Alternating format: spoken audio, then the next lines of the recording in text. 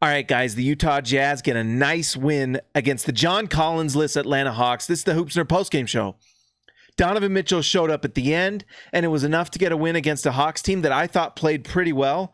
Made some mistakes at the end, but some of that could have been caused by the Jazz defense. But the Jazz played well and got the win. Let's talk about the Hawks a little bit. When you talk about the Hawks right now, you've got to talk about Trae Young. Tonight, Trae Young was 9 for 28. 32% from the field. He was a -6. He did get to the line 11 times. So he scored, 30 points on 28 shots. I think the jury is still out on Trae Young. There's obviously a lot of talent there. He made one pass in this game where he kind of faked to the corner three, which the defender's expecting him to do, but then makes this just laser down to Alex Len, and he made the bucket. Stuff like that, I think, is what makes Trae Young really, really special, is his ability to pass the ball. I think in some ways he's got a similar game to Donovan Mitchell in what he's able to do. I actually think he's probably a better passer. He's got more potential as a pure point guard than Donovan Mitchell does. I just think right now when you're watching the Atlanta Hawks, and it may be by design, it's the Trae Young show. He's going to shoot things from half court. He's going to take that floater. He takes a lot of them. I think he's actually like the number one taker of that floater shot. And honestly, if he kind of did the same thing that Donovan Mitchell did, I wrote about it. I talked about this about a month ago about Donovan Mitchell, where he's replacing that floater with passes to the perimeter. It's changed his game. And I think Trae Young could take a few notes out of that. Like if he became just a little bit more facilitator and less of the floatery stuff, although maybe he has to because he's not as explosive as Donovan Mitchell is. He is quick and he is crafty and he finds a way to get those shots off. And so he's one of those guys that gets the shot that you just don't always expect, but it's not going in at a high rate. So you've got to figure out what's your best shots, improve on that, and then add as you go. And maybe the Hawks are just looking for another pick. I don't know their pick situation, so don't get mad at me, but maybe that's what they're doing. As far as the Jazz, I hear you guys from Croatia and all the Bogey fans. We might have a Bogey moment of the night.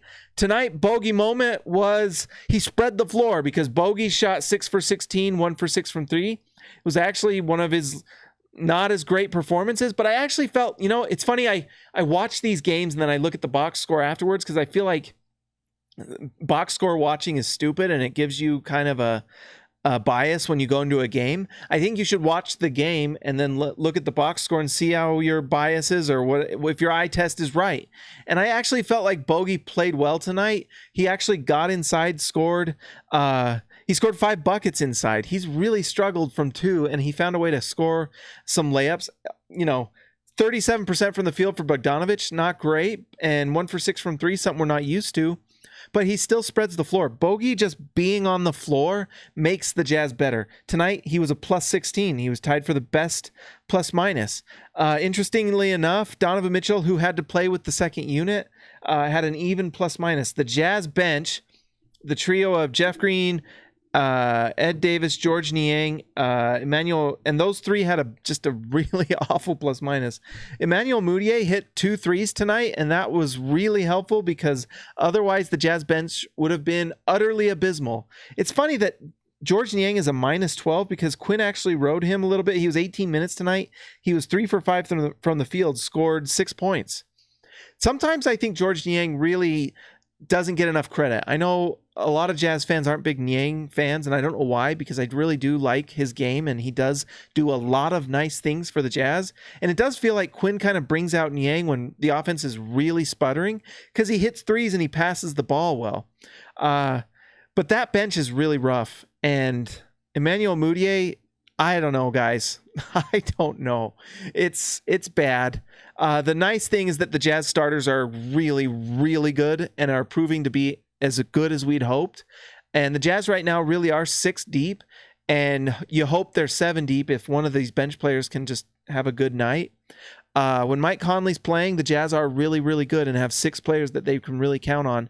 The Jazz just need some sort of bench player out there to improve that bench. And I don't think Patty Mills is available, but maybe Robert Covington is someone they can go after, or someone like that you can just have on the bench and just provide defense and semi-efficient scoring and shooting, whatever it is. Someone like Covington would do that. I would love for the Jazz to go get that guy. But the Jazz starters are great. And the story of the game, Donovan Mitchell is he's a closer.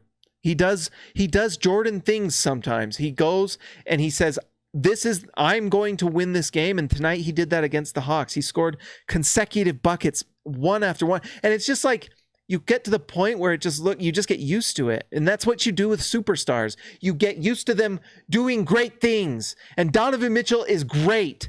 And he does great things night after night. And he's just continuing to improve. I love the Donovan Mitchell humility, because Donovan Mitchell has not set himself into a mold or a cast that he's just going to stay within. He's continually trying to improve. And you've got to give Donovan Mitchell so much credit for what he does. His ability to pass the ball, look for open shooters. A month or two ago, it was a little bit of blinders and it was hurting the team. And he changed. And you've got to give him so much credit for that. And now, like we said before, he's passing the ball. And what that does is other teams have to respect the pass. They have to, because they know that Donovan Mitchell, when he goes inside, he'll make that pass. If you come off of Bogey or Joe Ingles or Royce O'Neal, all three elite three-point shooters, you're cooked, because Donovan Mitchell will find them. And he's just getting better and better. He's sensing where they're coming from. And because of that, it's giving him one-on-one matchups. And what does Donovan Mitchell do in one-on-one matchups? He cooks people. He eats them. He feasts. He destroys them. And that's what he did tonight. Bucket after bucket after bucket.